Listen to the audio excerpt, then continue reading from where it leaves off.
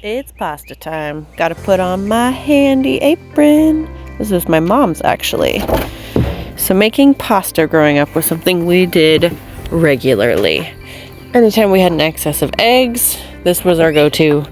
So we'd have whole pasta days.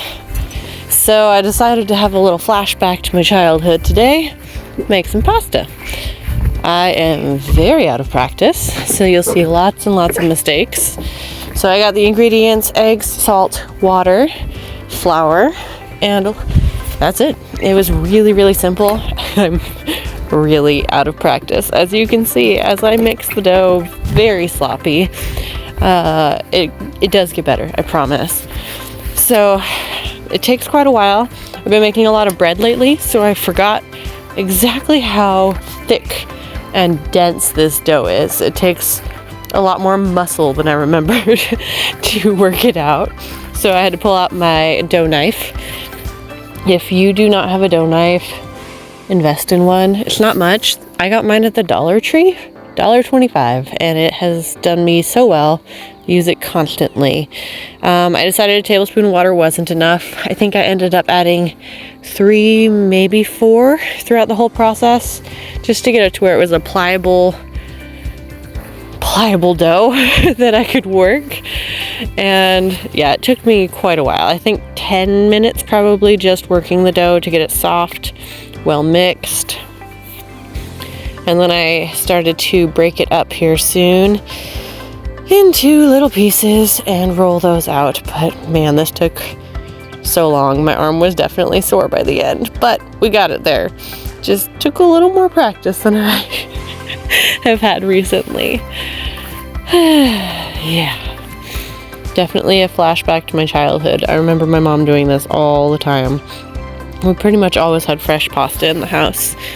My mom's family was largely German, so pasta and dough were major parts of my life.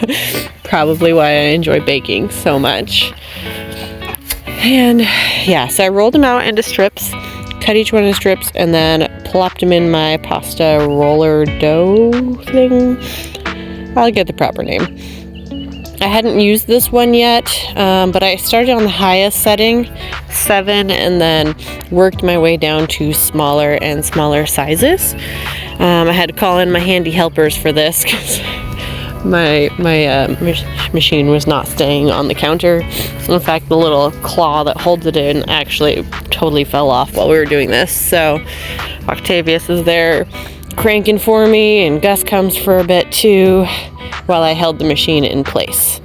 So you can see the knob on the side. I just adjusted it down. I went from 7 to 5, 3, and then for 2 of them I did 1 because I wanted to make more of a spaghetti noodle type pasta.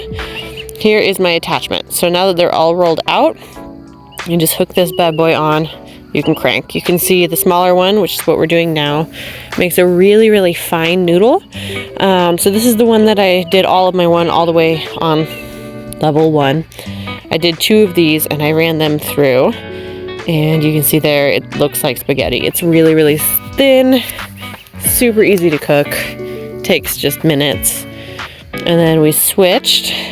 This is Gus here helping me, to this one. This is the one I grew up most commonly using. It's like an Alfredo noodle, or we used it for chicken noodle soup or milk noodle soup. We had a lot of milk noodle soup because we had a dairy cow and we had so much milk. You had to find ways to use it. And yeah, you can see it's a much, much thicker noodle. The boys really enjoyed this. Gus kept asking if he could eat them, and I was like, not till they're cooked, bud. Not till they're cooked. So a lot of people have pasta hangers. We never had that. We always just laid them out on towels all over our table. I have a plastic sheet that I use, and yeah, this is the finished product. You can see the thinner one versus the fatter one. They're gonna be delicious. I'm gonna make some soup tomorrow and enjoy. Thanks, guys.